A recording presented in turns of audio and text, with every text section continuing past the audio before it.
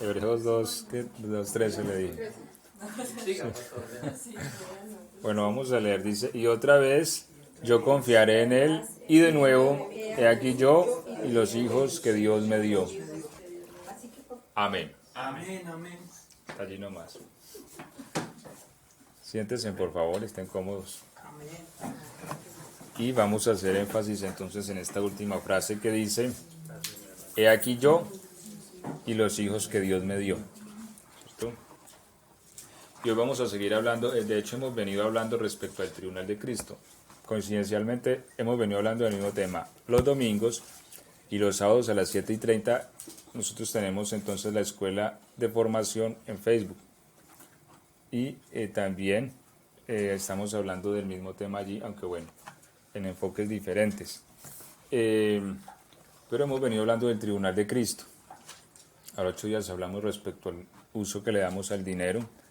Ahora 15 días hablamos respecto al uso que le damos al tiempo, ¿cierto? Todos son elementos que Dios nos da. Y eso es lo que en el tribunal de Cristo se va a demandar. Alguien me preguntaba en cierta ocasión, estuve en una iglesia y hablé sobre el tribunal de Cristo. Y cuando terminé, alguien se me acercó y me dijo, los pecados van a ser tenidos en cuenta en el tribunal de Cristo. Y bueno, aunque ese es otro tema, cierto, pero entendemos que los pecados han sido borrados por la sangre de Cristo. Si los confesamos, porque yo les he dicho, hay dos cláusulas, hay dos condicionantes para que el beneficio de Cristo me ampare. Y es, uno, la confesión, porque el que confiesa su pecado, ¿cierto? Y el otro es perdonar. La Biblia dice que si no perdonamos a los que nos ofenden, Dios tampoco nos perdonará a nosotros. Amén. Entonces hay dos elementos importantes para ser beneficiarios. Pero después de que nosotros confesemos nuestro pecado y que nosotros perdonemos a los que nos ofenden, ningún pecado será tenido en cuenta en el tribunal de Cristo. Porque si hemos cumplido estas dos condicionantes, sin lugar a dudas todos nuestros pecados serán borrados. Y aunque hay pecados que desatan una consecuencia en esta vida, no tiene percusiones en el tribunal de Cristo, sino que es una afectación de esta vida. ¿Me hago entender? Amén. ¿Sí? O sea, hay pecados que desatan una consecuencia que tengo que cargarle al resto de la vida, pero en esta vida. Una vez entre el tribunal no será tenido en cuenta. Sí, he confesado mis pecados y he perdonado de corazón a los que me han pecado a mí, los que han pecado contra mí también, ¿sí?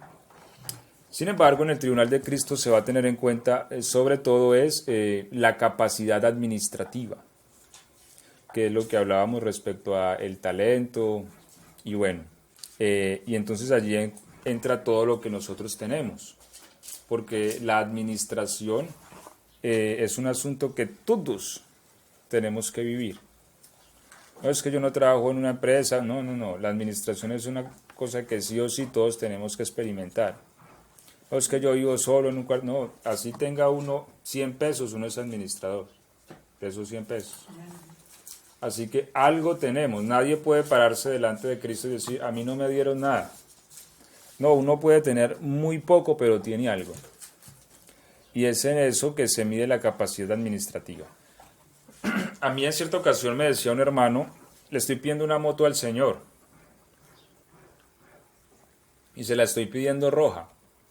Y efectivamente el Señor le regaló esa moto, pero el Señor se la regaló un año después de habérsela pedido. Y yo me acuerdo que en medio del proceso, una vez él me dijo, porque él tenía una bicicleta y la tenía, mejor dicho, estaba era tristeza esa bicicleta. Entonces una vez me dijo, yo creo que el Señor no me ha contestado, es porque yo esta bicicleta la tengo muy desbaratada. Voy a arreglarla y voy a tenerla bien bonita. Y yo no sé si fue por eso. Lo cierto es que a los días, efectivamente, un hermano iba para España y le dijo, hermano, venga que quiero hacerle un regalo.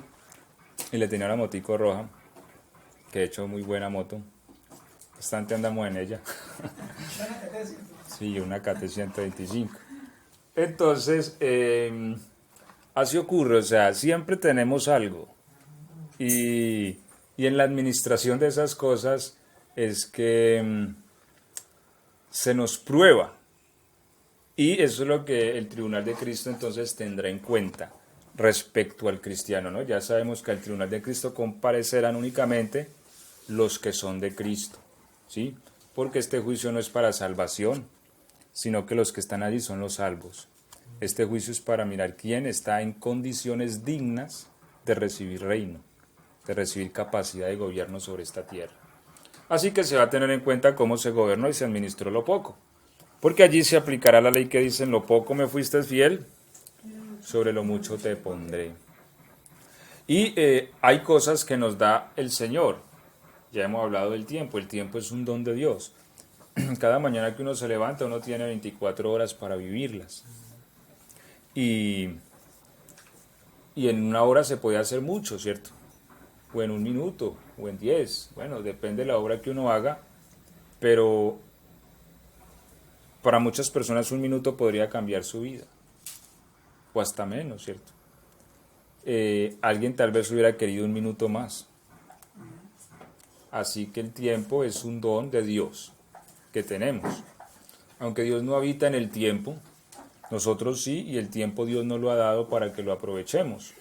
Por eso dijo el apóstol: redimiendo el tiempo, porque los días son malos.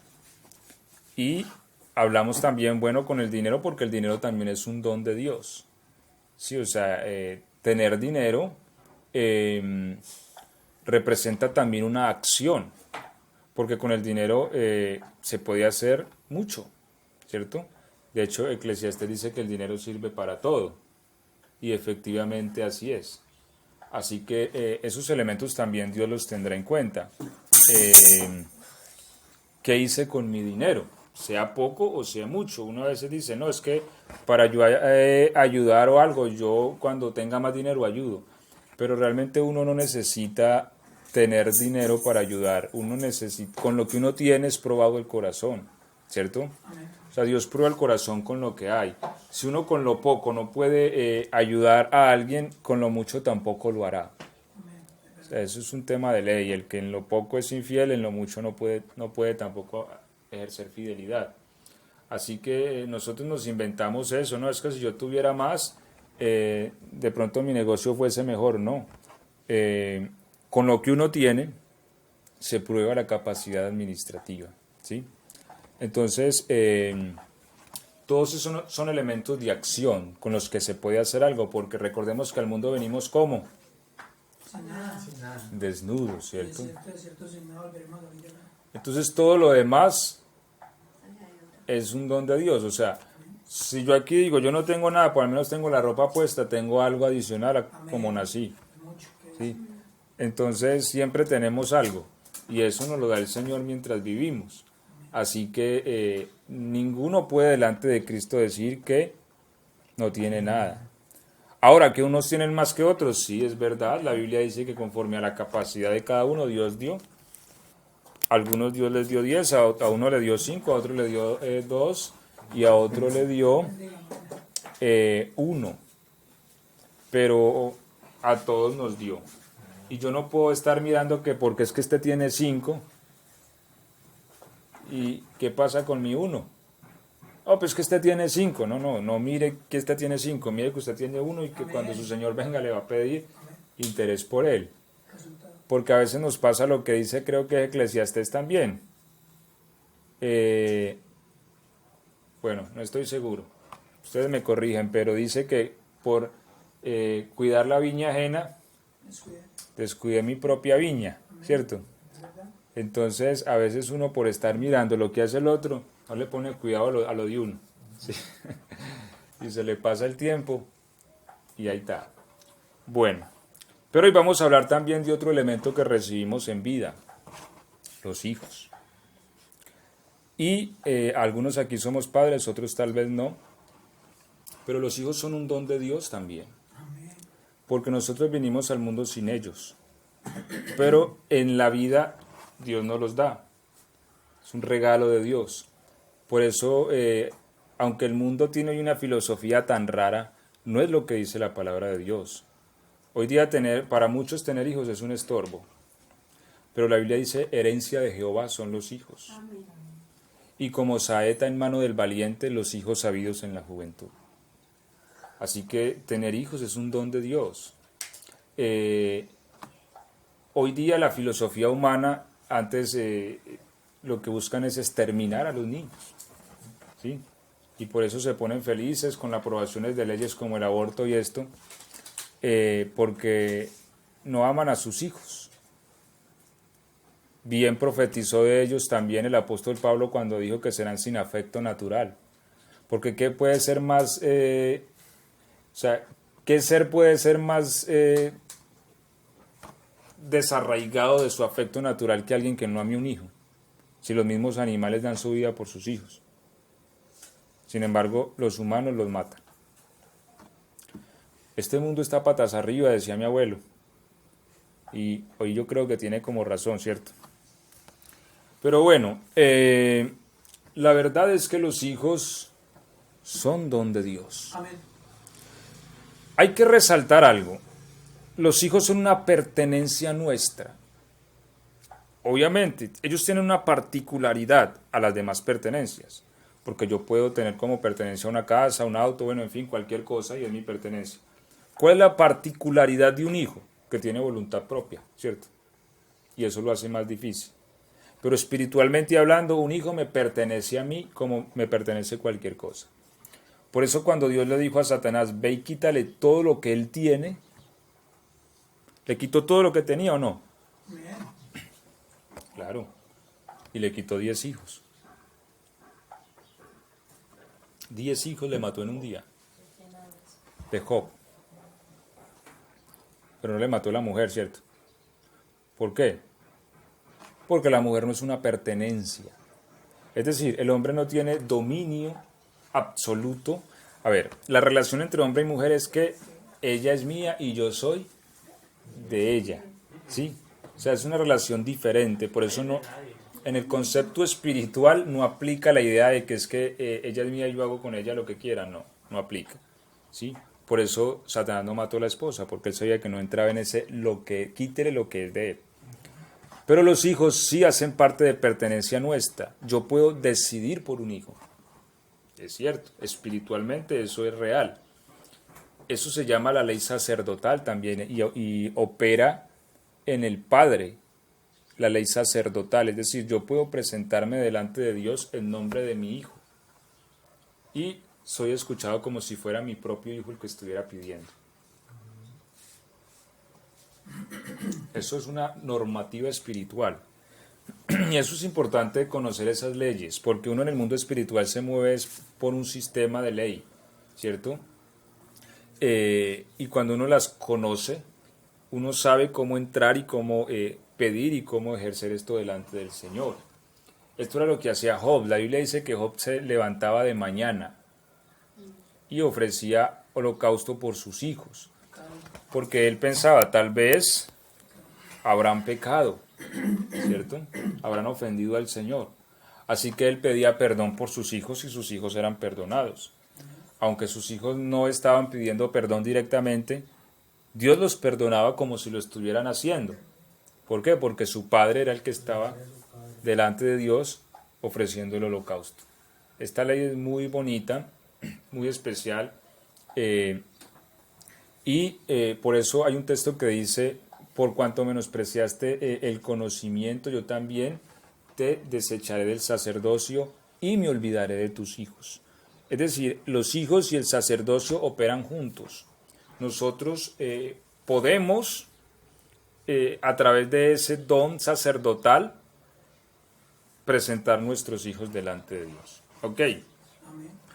Bueno, entonces, ya teniendo esto claro, mis hijos son mi pertenencia. El problema es que uno a veces se deja robar. La Biblia dice que Satanás vino para matar, hurtar y destruir. ¿Qué es lo que nos quiere robar? Todo lo que Dios nos da. Y ahí entra todo lo que hemos hablado. Nos quiere robar el tiempo, nos quiere robar el dinero, nos quiere robar los hijos. ¿Sí? Él nos va a querer robar todo lo que Dios nos da. Así que Él va a hacer lo que Él pueda hacer para robarnos. El punto es hasta dónde nosotros nos dejamos robar, porque hay un uso, y esto también es importante tenerlo claro, de herramientas, o más precisamente de armas, porque estamos en un conflicto. Ojalá Dios abriera nuestros ojos y nos permitiera comprender en qué mundo vivimos. Mire, estando yo aquí hace unos meses atrás, desperté a la madrugada y cuando uno duerme el espíritu está muy sensible. De hecho, los sueños son una conexión con el mundo espiritual, porque la mente consciente se apacigua y el hombre interior se intensifica.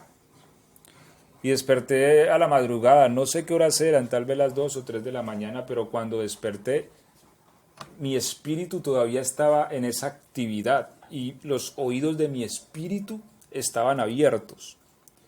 Y empecé a escuchar el mundo espiritual.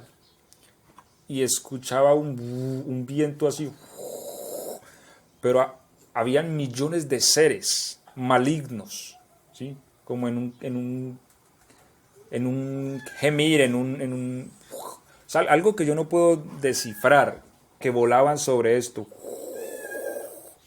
Y a medida que fui como despertando, se fue aplacando el sonido y como que ya, sí, los oídos espirituales como que se apaciguaron, pero eso me dejó perturbado.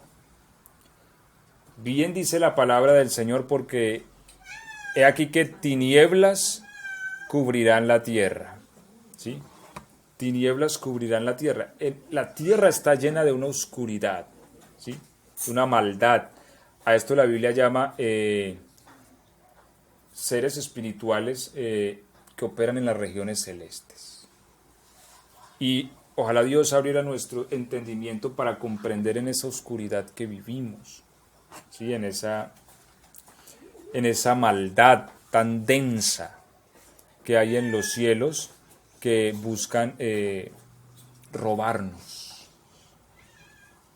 todo lo que tenemos. Pero hay que hacer uso de armas. Entonces estamos en una guerra, ¿no? Ahora, gracias damos a Dios porque la Biblia da testimonio que los que estamos en Cristo somos protegidos y tenemos muros. Yo escuchaba un testimonio de un brujo en cierta ocasión que ellos se proyectaban, ¿no? Que es desdoblarse, salir del espíritu. Ellos decían que cuando ellos viajaban en el mundo espiritual, las casas de los cristianos tenían un muro de fuego que ellos no podían penetrar y que muchas veces ese muro alcanzaba la casa de al lado, ¿sí? Entonces tampoco podían afectar al del lado por el cristiano vivir ahí. O sea, el muro se ensanchaba y protegía a los que estaban en su entorno. Amén. Que ellos no podían dañarlo. Lo cierto es que hay una violencia, y Cristo mismo lo dijo, que el mundo, el reino sufre violencia, y los violentos lo arrebatan. Entonces es importante hacer uso de las armas para poder presentarnos, como dijo aquí entonces el profeta Isaías, y también como lo reitera Hebreos, he aquí yo y los hijos que Dios me dio. Porque sería muy difícil uno llegar ante el tribunal de Cristo, ¿cierto? ¿Y dónde están sus hijos? Y no estén por ningún lado. Sería muy difícil para uno como padre esa experiencia. Ahora, ¿por qué les hablo de armas? Mire, hay cosas que nosotros podemos experimentar por no hacer uso de armas. Les voy a poner un ejemplo. Yo les he contado que en cierta ocasión yo estaba en Cali y me asaltaron. Unos hombres me agarraron con armas y esto, y me dijeron, no corra, lo matamos, denos el dinero que lleva. Yo llevaba cierto dinero porque mi madre estaba enferma. Y yo me acuerdo que en medio de mi,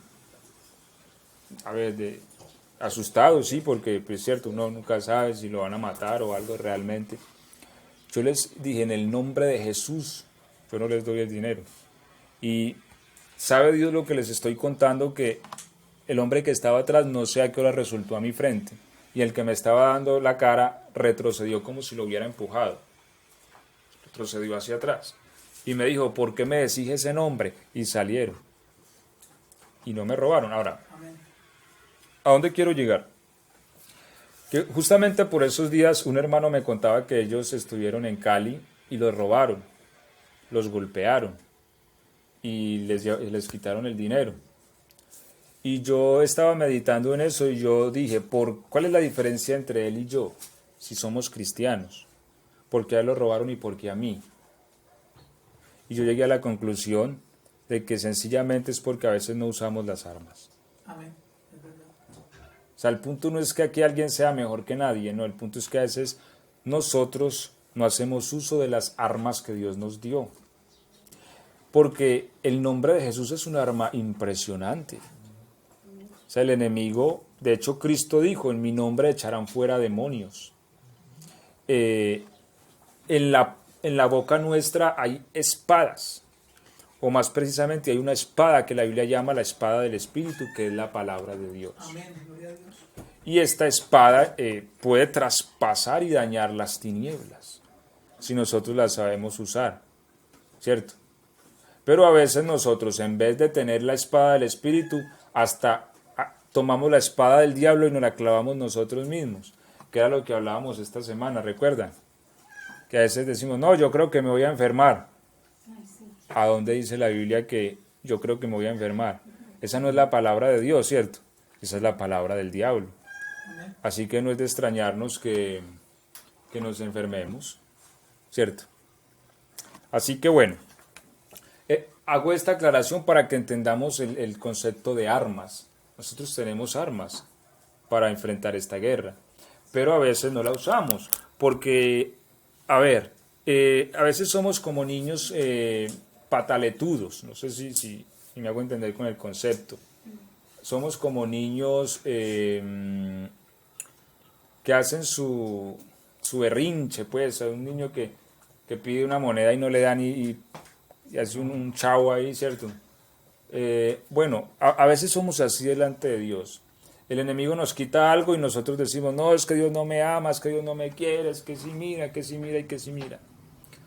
Porque no entendemos lo que Dios nos ha dado y lo que nos ha entregado. Yo siempre he puesto un ejemplo y he dicho, bueno, aquí en esta ciudad hay un intendente, pero supongamos que los ladrones se alborotan en la ciudad y empiezan a robar a diestra y siniestra. ¿Qué va a hacer el intendente? Llamar al presidente y decir, venga presidente, es que no hacen sino robar en la ciudad, ¿qué hago? ¿Mande la fuerza aérea o algo? Seguramente que no, ¿cierto? Y que si lo hace, lo más probable es que lo regañen o lo despidan y pongan otro. Bueno, tal vez eso no se pueda, pero es incompetente, ¿cierto? ¿Por qué? Porque se necesita fuerza y se la han dado. O sea, al mando del intendente está la policía y otras fuerzas. Entonces, si hay ladrones y si todo está alborotado, pues haga uso de lo que tiene a la mano. Saque la policía, empiece a hacer retenes por toda la ciudad, en fin, haga las cosas necesarias para que se pueda controlar la situación. ¿Me hago entender? Amén. Entonces, en ese orden de ideas, nosotros, el Señor nos ha dado una fuerza. Venga, ese gatito, a ver que sacarlo porque Está perturbando. me desconcentra acá. Eso puede ser. Entonces, así nosotros entonces tenemos una fuerza a nuestra disposición. ¿Me hago entender? Para que la usemos. Entonces, si el ladrón, que es el enemigo, empieza a querernos quitar lo que Dios nos ha dado, pues hagamos uso de las fuerzas que Dios nos dio, ¿cierto? Y es la palabra de Dios la que hace esa afectación, porque en el reino de Dios también hay una policía, ¿cierto? También hay ejército, también hay antimotines, también hay fuerza aérea, en el reino hay todo eso. Hay diferentes fuerzas, de acuerdo a la necesidad. Por ejemplo, hablamos de Gabriel. Gabriel dice la Biblia que es un mensajero, ¿sí? Pero si hablamos de Miguel, la Biblia dice que es uno de los principales príncipes que luchan por el pueblo de Dios. Así que ya vemos aquí una especie de general, ¿cierto?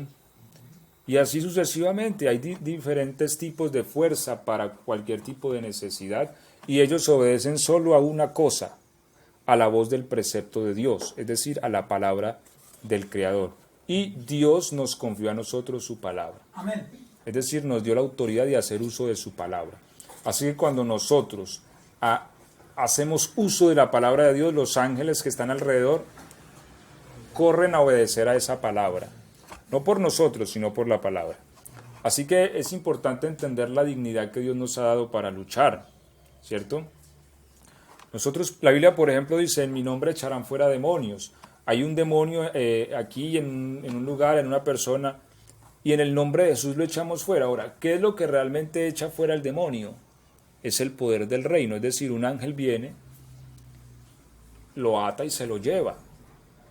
¿Pero por qué lo hizo? Por la palabra de Dios en nuestros labios, ¿sí? O sea, cuando decimos en el nombre de Jesús, te echo fuera demonio, lo que está operando es una ley escrita. En mi nombre echarán fuera demonios. Cuando los ángeles oyen eso, cuando una persona es del reino y está haciendo uso de esa autoridad, los ángeles oyen es la palabra escrita y entran a operar en base a esa palabra. Así que esa es nuestra fuerza.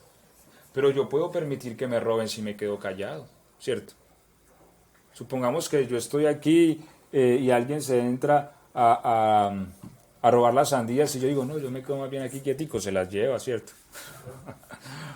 Pero si yo salgo y al menos le hago bulla o le digo, bueno, ¿qué hubo qué? Bueno, ya tal vez es el cierto. O sea, la inactividad es muy peligrosa.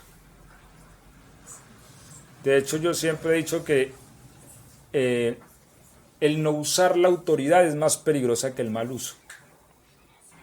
Porque cuando la autoridad no se usa, crece la maldad. Entonces, a veces nos ocurre eso.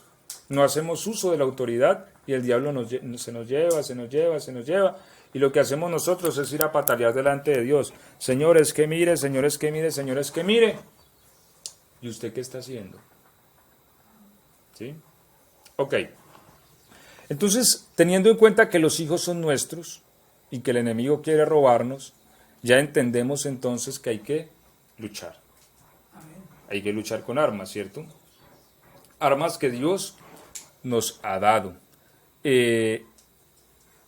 Una de esas armas entonces es la oración, de lo cual hablábamos entonces esta semana. Y la oración, como les decía en el caso de Job, opera sobre la base sacerdotal. Esto es muy especial porque la oración me permite a mí entrar en nombre de mi hijo delante de la presencia de Dios y decir, Señor, perdona a mi hijo, fulano de tal, por sus pecados, por sus maldades. Tal vez el muchacho donde esté o la muchacha es inconsciente de las cosas que está haciendo, pero esa oración de la persona lo que está es extrayendo de Dios un perdón para ese individuo y lo está librando de peligros, de la muerte. Yo les contaba en mi experiencia de que yo viví cosas milagrosas, siendo yo un joven en la calle, cosas que no me explicaba, con temas de droga, pero hoy entiendo que es la oración. Siempre la mano del Señor preservando nuestras vidas. Y uno decía, ¿pero por qué? ¿Cierto? Uy, es que allí me hubieran podido matar, pero ¿por qué no me mataron? Porque había alguien en nombre nuestro orando, pidiendo por nosotros, pidiendo por nuestras vidas, y eso preservó nuestra vida, ¿cierto? Así que hay muchas cosas que nosotros debemos replantear. A ver, la Biblia da un camino con los hijos, ¿cierto? Como Deuteronomio 6:4, estas palabras repetirás a tus hijos al acostarte, al levantarte, las escribirás en los postes, en los lindeles. Es decir, el Señor le mandó al pueblo de Israel a ser repetitivos con la palabra de Dios, con los hijos. Ahora, el cristianismo, hablo del cristianismo dentro de lo que es la rama protestante que se llama, tiene el mayor índice de deserción que otras religiones, lastimosamente. Normalmente la persona que es católica, sus hijos siguen siendo católicos, ¿cierto? El que es musulmán, normalmente sus hijos siguen siendo musulmanes. Y así, pero el cristianismo protestante tiene un gran número de deserción. Es decir, los muchachos llegan a una edad y no vuelven al culto.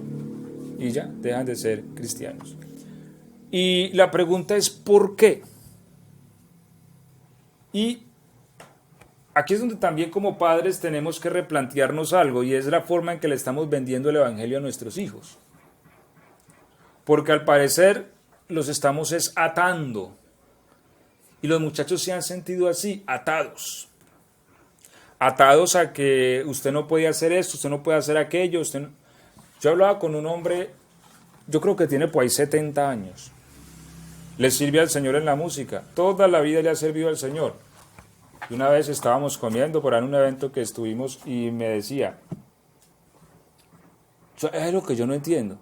Y obviamente es una persona mucho más grande que yo, experimentada en el Señor, y su ministerio es tremendo respecto a la música. Pero él me decía, una vez tenía yo como 4 años, no sé, o 5, estábamos en un culto, yo tenía un resortico y estaba jugando en el resortico con el culto. En el culto estaba jugando con ese resortico. Y mi mamá me vio con ese resortico y me dio una pela tan dura que hasta el día de hoy yo no entiendo por qué me pegó tan duro. Sí, y es cristiano, ya vive la vida, ¿cierto? O sea, perdimos también el equilibrio y caímos en otro extremo. Que al muchacho sí o sí hay que enseñarle a los golpes, no. Yo a veces he notado a algunos padres que cuando sus hijos llegan a cierta edad hay que hacerlo bautizar. El muchacho tiene, por ejemplo, 12, 13 años. No, ya, pastor, hay que hacerlo bautizar porque si no se va a perder. Y a veces el muchacho no entiende ni qué está haciendo. Y está rodeado de presiones y de que sí, porque ese es el contexto en que se crió y entonces hay que hacerlo y porque ya es cristiano. Yo creo que se ha mostrado, y en eso podemos cerrar y le damos lugar al enemigo para que se lleve a nuestros hijos. Hemos cerrado en el punto de presentarle el evangelio al muchacho. Lo que la palabra de Dios nos dice es que la palabra hay que repetirla. Al acostarse, al levantarse, en el camino, hay que hablarle la palabra todo el tiempo. La palabra hace su trabajo. Es lo que yo les decía a ustedes. Yo aquí no cambio a nadie. Amén. No, que es que usted tiene que hacer esto, comportarse así, hablar así, vestirse así. No. Mi trabajo es predicar la palabra. Amén. Yo confío en lo que estoy diciendo y que es palabra de Dios y que ya tiene poder para transformar. ¿Sí? Amén. Y listo, ya la palabra va haciendo su trabajo. La Biblia dice que como nosotros ignoramos cómo se forman los huesos de la mujer encinta, así ignoramos la obra de Dios. Mientras uno duerme tranquilito, la palabra está trabajando. Amén. ¿Sí ves? Y eso es lo que uno tiene que confiar, o sea, lo que hay que hacer con los niños es la palabra, la palabra, la palabra, la palabra. Mire, yo viví la experiencia, yo fui bautizado muy joven, pero yo me aparté del Señor. Pero hay algo que a mí, que yo nunca olvidaba. La palabra de Dios me empezó a llamar a mí siendo niño. Yo tenía por ahí 4 años y el Señor me empezó a llamar. ¿Pero cómo? No fue porque me implantaban que es que yo tenía que ir a la iglesia y que... No. Mi mamá ponía por allá musiquita cristiana en un parlantico. Y yo de la edad de la niña yo escuchaba la música, pero en esa música venía la palabra. Y yo sentía que Dios me llamaba. Y yo siendo niño yo me iba para los bosques buscando a Dios, a ver si me encontraba con Él. Obviamente era mi forma de comprender, yo no entendía. Pero yo sentía que Dios me llamaba, pero era la palabra. Así que el punto no es tanto uno implantar un sistema religioso en un muchacho que es que usted tiene que ser así, vestirse así. No, es predicarle la palabra. Y la palabra transforma, ¿cierto? La palabra cambia a los demás. Ahora, sin embargo, tal vez algunos no han tenido la oportunidad de haber tenido a su hijo pequeñito y haber podido manifestarle esa palabra, ¿cierto? Porque uno dice, bueno, tal vez yo no tenía el conocimiento de la palabra para ese momento. Sin embargo, nosotros seguimos teniendo armas para que nuestros hijos sean de Cristo. David es como el ejemplo de dos problemas. Uno bueno, pero también uno de dos puntos de vista, uno malo y uno bueno, ¿cierto? Sabemos que David tuvo muchos problemas como padre. Yo creo que esto se desprende de dos cosas, aunque hay una que es mucho más fuerte. Bueno, una es la poligamia. La poligamia siempre, la poligamia no nace en Dios, sino que nace en el hombre. Y la poligamia siempre trajo problemas. Solo hasta que el cristianismo aparece, se viene a establecer que el hombre solo tenga una mujer, es lo que Cristo quiere. Y es lo que Cristo tuvo, porque si no, Cristo le hubiera hecho a Adán 2 mujeres o 3 o 4, ¿cierto? Pero le hizo una sola. Así que la poligamia siempre traerá problemas, porque obviamente hijos aquí, hijos allí, estos buscan y más en un rey, el trono, aquel. Pero otro de los problemas principales que afectó mucho la cuestión familiar de David fue mirar hacia donde no debía mirar, ¿cierto? Cuando él dice la Biblia que él sube a la terraza y ve a una mujer bañándose. Y seguramente era una mujer muy hermosa y lo que él hace es preguntar por ella, ¿quién es? Es Betsabé, esposa de Urías. O sea, le dieron el dato que era una mujer casada. Sin embargo, mandó por ella. O sea, se dejó arrastrar de su concupiscencia y mandó por ella. Estuvo con ella y la volvió a mandar para su casa como que aquí no ha pasado nada, ¿cierto? Bueno, sabemos que a los días Betsabé le manda una notica por ahí. ¿Qué decía? Que la prueba era positiva. Así que ya David se perturbó porque sabía que era una mujer casada. Pero mira hasta dónde un mal lleva a otro, ¿cierto? ¿Y qué hizo? Mandó a llamar a Urías. Se lo llevó para el palacio. Le dijo, mijo, usted ha trabajado mucho, vaya para su casa, descanse un ratico, acuéstese con su mujer. Claro, mire la cuestión, o sea, lo que quería era como decimos pues vulgarmente, poner el tapado ahí al pobre Urías, ¿cierto? Y no le funcionó porque Urías era un hombre como muy fiel a su reino, ¿no? Como las tropas están durmiendo en carpas y yo voy a ir a dormir con mi mujer, no, aquí me quedo. Lo emborrachó, le dijo, borracho, si se va. Tampoco. Así que, ¿qué tiene que hacer? Bueno, ya sabemos que le mandó a decir a Joab, general del ejército, con el mismo Urías, póngame a Urías en el lugar donde van los soldados valientes y cuando entren en la batalla déjenlo solo. La notica. Yo me imagino que pensaría Joab, ¿cierto? Lo cierto es que así lo hizo Joab y efectivamente Urías cayó en batalla, ¿cierto? Claro, ya se murió Urías, entonces ahora sí mandó por ella y se casó con ella y listo, no pagó nada. Más de un año después llega Natán.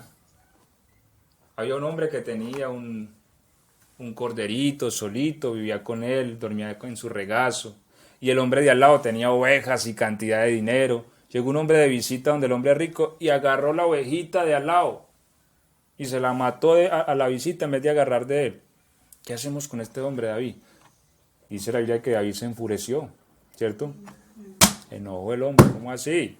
Ese hombre debe morir, pero primero debe pagar 4 veces. Para sorpresa de él, el profeta le dijo, ese hombre eres tú.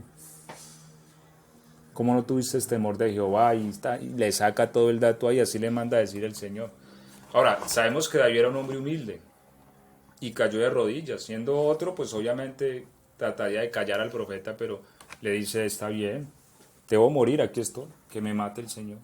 O sea, fui agarrado en mi pecado, no tengo para dónde echar. Bueno, el profeta le dice, listo, mío, la gracia de Dios te ha alcanzado, o sea, la misericordia de Dios te ha redimido, no vas a morir. Pero lo de pagar 4 veces, sí va. Eso sí no se lo quita. 4 veces pagó, ¿cierto? ¿Qué fue?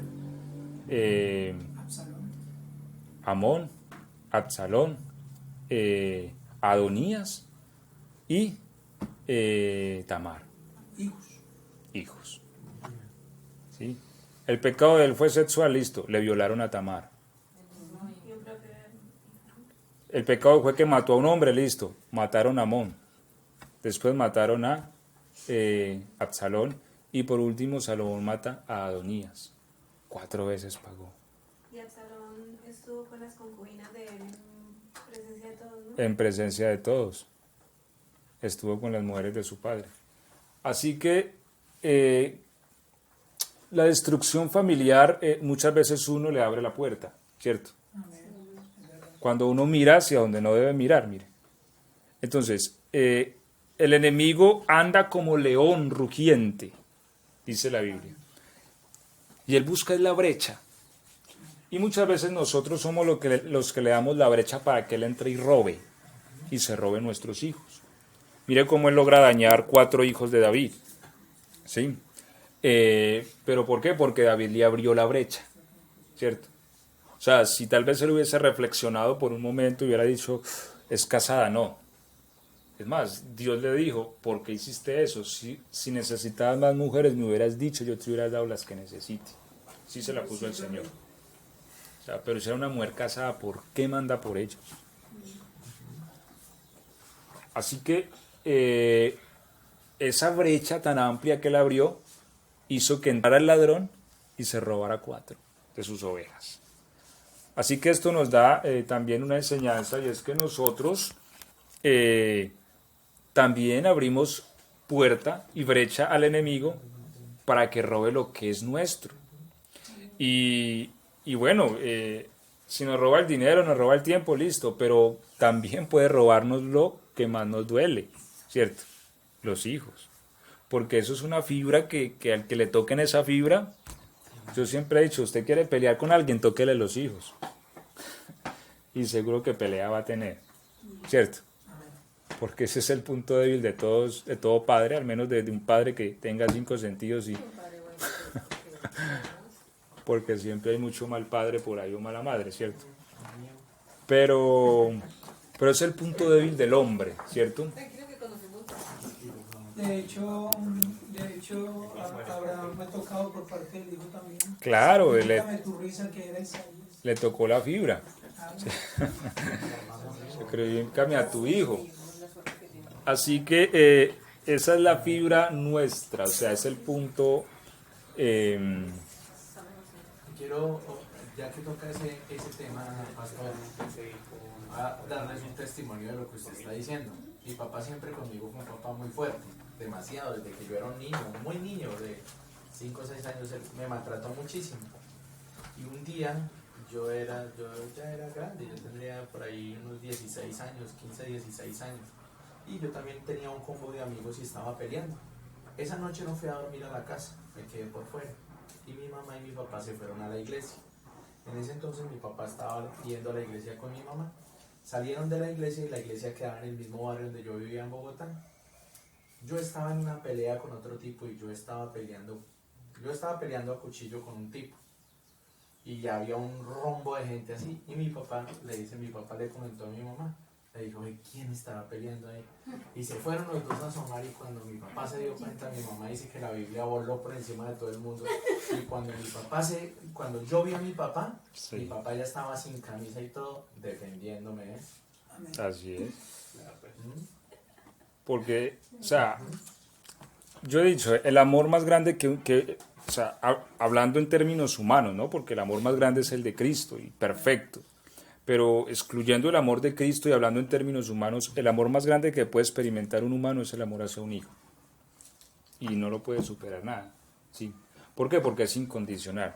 Digamos, el amor de pareja puede ser fuerte, sí, pero es acondicionado. Acondicionado a muchas cosas, a la fidelidad, a la buena relación, ¿cierto? Un hijo no, un hijo lo puede a uno, como dicen vulgarmente, lo puede a uno madrear, lo puede tratar mal, le puede robar, y uno lo sigue amando. ¿Sí? Y uno lo va a ayudar. ¿Sí? Lo puede seccionar las veces que quiera y uno lo va a ayudar. Eso es una cosa que uno no puede... Los entre más tremendos, más los quieren. Más se quieren, por eso dice que la hoja negra es la que más se quiere. Sí. Y yo creo que es cierto, es cierto. Debe ser por la misma preocupación y todo que el padre siente, que es como un sentimiento más fuerte. Entonces, ese es el punto que nosotros tenemos que cuidar mucho, porque... es un tesoro que Dios nos ha dado, los hijos, Y créanme, vea, yo siempre cuando medito en esto, yo digo, hombre, Satanás es un enemigo que no tiene ningún tipo de moral, ninguna. O sea, él frente a la más mínima oportunidad va a destruir al más inocente y al más débil. Amén. Él eso que métase con uno de su tamaño, él no lleva eso. Él sí puede agarrar al más pequeñito y volverlo trizas, lo daña. Amén. Porque es así, ¿sí? Pastor Andrés, también como testimonio de la palabra está porque de tal manera amó Dios al mundo que ha dado su unigénito. Y es la forma que Dios tiene para medir. Es decir, no existe un medidor del amor de Dios, ¿cierto? Sino que la única forma que Él nos permite medirlo es de qué manera Dios nos amó. Bueno, dio a su Hijo único. ¿Quién puede dar un hijo? Nadie. Seguro que podemos tener muy buena amistad, querernos mucho, pero si ustedes me dicen, venga, es que necesito que una de sus hijas vaya a la cárcel para que yo quede libre, yo le digo, Dios me lo bendiga, después hablamos. Sí, sí, porque no vamos a hacer eso, ¿cierto? Sin embargo, la Biblia dice, de tal manera amó Dios al mundo que dio a su único Hijo. Mire con qué amor nos ha amado Dios. Entonces, pero otra de las cosas que también tenemos que resaltar de David, ¿sí? Es que David le entregó el reino a Salomón, su hijo, y fue el reino más próspero y pacífico que haya tenido Israel. Y la pregunta es ¿por qué?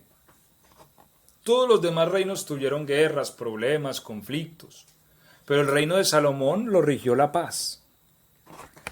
¿Y sabe por qué lo gobernó la paz? Porque David peleó todas las guerras. Es decir, David peleó las guerras suyas y las de su hijo. Así que le entregó a su hijo un reino totalmente sometido, en paz con todos los enemigos de al lado, todos pagando impuestos, porque fue un hombre de guerra, David. Y eso también nos debe a nosotros dar una enseñanza, porque muchas veces nuestros hijos están peleando las batallas que nosotros debimos de haber peleado. Amén, es verdad. Y están ahí atrapados a veces en las mismas maldades o iniquidades que nosotros no hemos derrotado. Amén. A las alturas de la vida, ¿cierto? Y es importante eso. Por eso uno debe fortalecerse en el Señor, porque los hijos deben continuar donde terminan los padres, para que haya un avance. Sin embargo, se cae a veces en un ciclo, no solamente de padre a hijo, sino inclusive de generaciones. Los mismos hijos batallan con los mismos problemas hasta el abuelo y el tatarabuelo y no han podido salir de ahí. Entonces, eso tenemos también que resaltar de David. David peleó todas las batallas. Es más, el trabajo de construir el templo que Dios le dijo a David, no lo va a hacer usted, lo va a hacer Salomón, su hijo. Listo, Señor, lo va a hacer Salomón, pero le dejó el oro, la plata, todos los materiales, los planos, le dejó todo para que lo hiciera. Solo era que empezara a construir y ya. O sea, le dejó todo. Y esto es lo que Dios quiere entonces con nuestros hijos, que ellos puedan... entendemos que la guerra contra el mal es agresiva. O sea, no hay nada... Cuando nosotros entramos a tener un conflicto real por tener una vida santa delante del Señor, ahí es donde nosotros entendemos las fuerzas del mal. Las atracciones que operan en nosotros hacia ciertas cosas, ¿sí? Las iniquidades plasmadas en nuestro ser, que a veces batallamos con ellas. Y pelear con ellas no es fácil. Ahora, si nosotros nos quieren tambalear tal vez, ¿cuánto más a muchachos que están empezando a vivir? ¿Cierto? De allí donde es importante que nosotros enfrentemos eso. Si nosotros no destruimos esos enemigos, entonces nuestros hijos van a caer en la misma situación, tarde que temprano, en la que siempre caímos nosotros. Así que hay la necesidad de uno levantarse en el Señor y empezar a vencer. Recordemos que la oración es muy importante en estos aspectos. Y siempre haremos énfasis en eso porque ningún cristiano puede hablar de vencer sin oración. En la oración hay una victoria porque en la oración hay un suministro del poder de Dios. Es decir, como hablábamos el viernes, el conducto que me trae a mí el poder de Dios es la oración. Si la oración es poca, el poder va a fluir en ese conducto, ¿cierto? Amén. Si la oración es mucha, el poder va a fluir en ese conducto. El diámetro que tenga, el conducto con el que yo me comunico con Dios, así mismo va a fluir el poder. Y de acuerdo al enemigo, así voy a necesitar abrir más el diámetro. Recordemos que en cierta ocasión los discípulos quisieron echar fuera un demonio y el demonio, como dicen pues en la calle, no les copió. Pero cuando llegó el Señor y lo echó fuera, ellos quedaron en la duda, ¿no? Y en la casa le preguntan, Señor, ¿por qué no pudimos echarle fuera? Bueno, el Señor les dice, porque este género, es decir, esta especie, esta rama, esta semilla, esta raza de demonios, con nada sale, sino con oración y ayuno. Entonces mire que hay fuerzas espirituales que para uno tirarlas a tierra, hay que doblar rodilla, ¿cierto? Y hay que ayunar. Si no, no van a caer. Y si uno quiere ganar a sus hijos y tenerlos protegidos para que el ladrón no se los robe, hay que orar. Amén, amén. Y defenderlos. ¿Para qué? Para que podamos, por la gracia del Señor Jesucristo, el día que estemos ante el tribunal de Cristo, podamos decir, como dijo entonces el escritor, he aquí yo y los hijos que Dios me ha dado, ¿cierto? Porque los hijos son nuestros, yo los oriento y los guío, a mí me los dan ahí en ceros, ¿cierto? Uno toma un bebecito recién nacido y ¿qué? Eso es para que usted escriba lo que quiera, ¿cierto? Usted empieza a darle sus ideas, su forma de ver la vida. Entonces hay una responsabilidad grande allí. Para mí ese tema de la autoridad es tan profundo y es de tanta responsabilidad que nosotros lo ignoramos mucho. O sea, cómo padres matan a sus hijos, o los maltratan, o los llenan de traumas, de problemas. Cuando, a ver, yo siempre he dicho, y hay un dicho algo así como chistoso, una vez alguien me lo dijo, decía, la patada duele, depende del burro que la mande. Y bien que eso es cierto.